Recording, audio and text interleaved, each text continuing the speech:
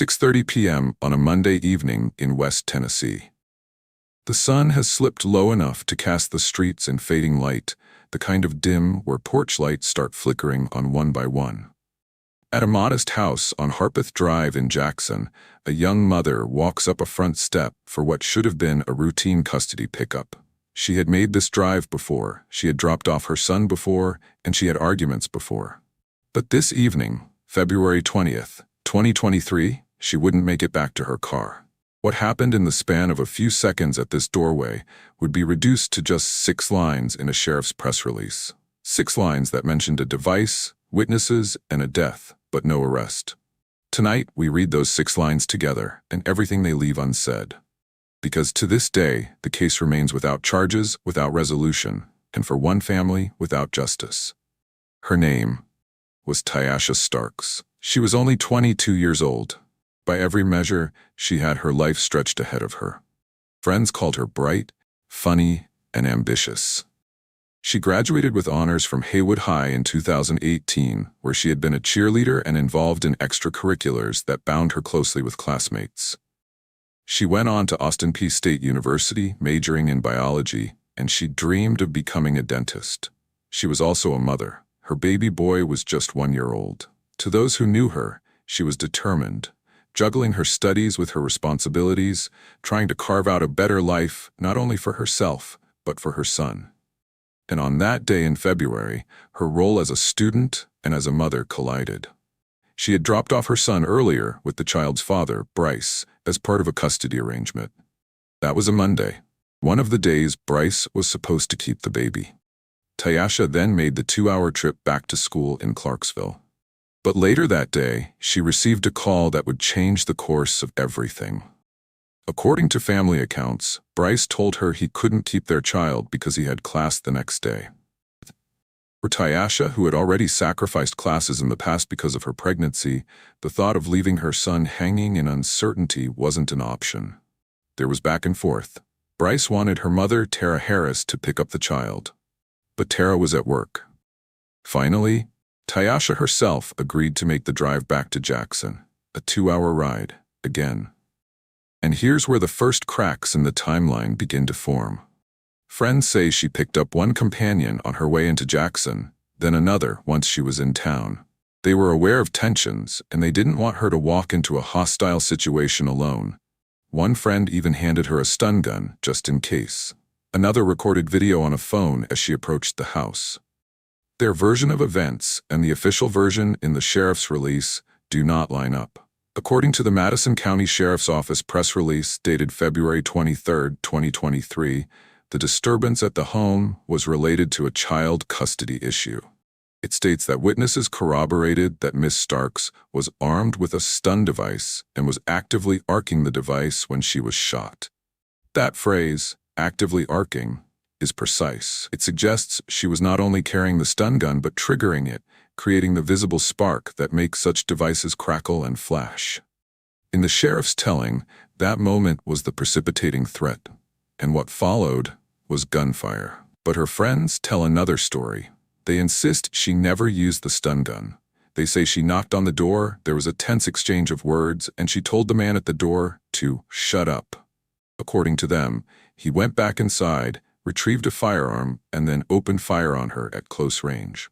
She staggered back toward her car, hit by multiple bullets, tried to drive away, but crashed into a mailbox just down the street. Within minutes, she was gone. 22 years old, a student, a mother, a life cut short, 2 stories, one official, reduced to 6 lines. One emotional, carried by friends and family who insist the official account leaves out the truth. Both can't be completely right. And this is where Tennessee law, the law known informally as stand your ground, enters the story.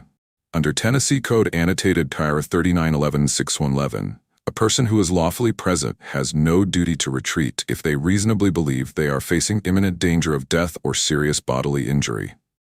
Deadly force can be used if they hold that reasonable belief. The law also carries a presumption of justification if force is used inside one's dwelling against an intruder. But, critically, there are limits. Those limits turn on where exactly the encounter takes place. Was the person inside the threshold? Outside the door? Was the door open or shut? Was the person retreating or advancing? These are the nuances that determine whether a shooting is justified under the statute. So let's lock in the verified timeline. Morning. Tyasha drops off her son at Bryce's house, where he lives with his parents. Later in the day, she receives the call saying he can't keep the child. There's back and forth about who should pick up the baby. Eventually, she decides to return herself. Evening. She drives back to Jackson with friends, one friend recording video as she approaches the door, another handing her a stun gun. At approximately 6:30 p.m., she knocks on the door. An argument occurs. Within moments, shots are fired. Tyasha staggers toward her car, attempts to drive, collides with a mailbox, and succumbs to her injuries. Deputies respond, the scene is processed, and by nightfall, one young mother's life is over. At this point, in most homicide cases, you might expect an arrest, but here, no arrest was made. The shooter was not charged. The sheriff's office indicated the case would be turned over to the district attorney. And that's where it sat. For the family, that was intolerable. They began to organize, to protest, to hold signs outside the DA's office. They wanted the person responsible to be arrested and prosecuted. They believed their daughter had been ambushed. They pointed to the phone call earlier in the day, the demand for her to come pick up the child, and the rapid escalation once she arrived. In their eyes, this was no self-defense. This was a setup. But the sheriff's office repeated its statement. Witnesses corroborated the claim that she was arcing a stun gun. They said the information was in the DA's hands, and the DA in turn said no charging decision had been made. That was February. That was March. By October of 2023, the same answer held. No decision. And as of October 2025, 2 years later, still no public announcement of charges. So here we are, suspended between two competing narratives. On one side, the official statement saying she was arcing a stun device when shot, and the case was under review.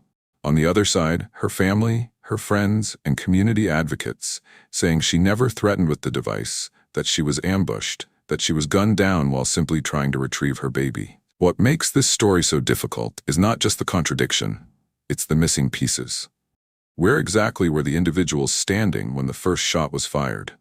Was the door open or closed? How many shots at what distance? What do the ballistics say about angle and trajectory? What do the 911 calls and CAD logs record about the first words spoken when the call came in?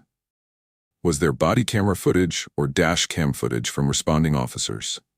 These are the questions that remain unanswered. These are not speculations, they are factual voids, left empty because the documents and recordings have not been made public. And the absence of answers fuels the fire of suspicion. It leads one side to insist the shooting was justified and within the law, and the other to cry murder and cover up. For the family, the absence of an arrest feels like betrayal. For investigators, the absence of public information might simply reflect the cautious pace of a DA weighing whether the law supports prosecution. But for the public, all that remains visible are those 6 lines, frozen in time, unexpanded, unexplained. Meanwhile, the family's grief spilled into action. Protests outside the DA's office, marches with signs, chants of "no justice, no peace." They demanded to speak with officials, demanded answers. At times they were met only with silence or with promises of future meetings. Even the mayor acknowledged he had no authority over the DA or the sheriff, but pledged to at least ask questions. For the family, every day without a charging decision was another day of injustice. There is also the matter of the child. The sheriff's office confirmed that the Department of Children's Services was notified. What exactly that referral entailed is not public and cannot be discussed without records. But what can be said is that the young boy, the 1-year-old, became the center of a tug-of-war between grieving maternal relatives and the paternal side of the family where the shooting occurred. At times, visits were cut off, then restored. At times, photographs surfaced of reunions between grandmother and grandson, celebrated as blessings after months of pain. The shadow of the case lingered over every interaction. At this stage, it is important to pause and say clearly what we will not do. We will not speculate about motive. We will not declare who is guilty or innocent.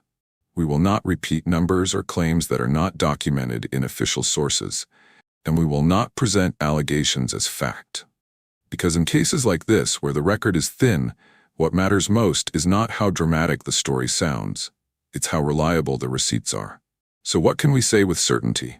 We can say that on February 20th, 2023, at approximately 6:30 p.m., deputies responded to a call on Harpeth Drive. They found 22-year-old Tyasha Starks fatally wounded near her vehicle. We can say that the sheriff's office issued a press release 3 days later, on February 23rd, stating that she was armed with a stun device and was actively arsing it when she was shot during a child custody-related disturbance. We can say that no arrest was made at that time and the case was turned over to the district attorney. We can say that as of October 2023, the DA's office confirmed no decision on charges had been made. We can say that as of October 2025, 2 years later, no public update indicates that charges have been filed. And we can say that the family continues to believe this was a senseless killing and they continue to call for justice. Those are the facts that can be cited, shown, and verified. Everything else, the arguments on the porch, the alleged setup, the details of how many shots were fired, remain unresolved in the public record. And so we end where we began, at a doorway in Jackson, Tennessee, where a young mother came to retrieve her son and never came home. At a 6-line press release that tried to summarize her death. At a law that says you don't have to retreat if you reasonably fear for your life. And at a family who says that law has become a shield for injustice. If you have information, verifiable, documentable information about what happened on Harpeth Drive that night, the Madison County Sheriff's Office and the District Attorney's Office remain the channels to contact. Tyasha Starks was a daughter, a mother, and a student. She was 22 years old. And tonight, we speak her name not only to recount what the record says, but to underline what the record does not. Until those blanks are filled with receipts, the questions will not end.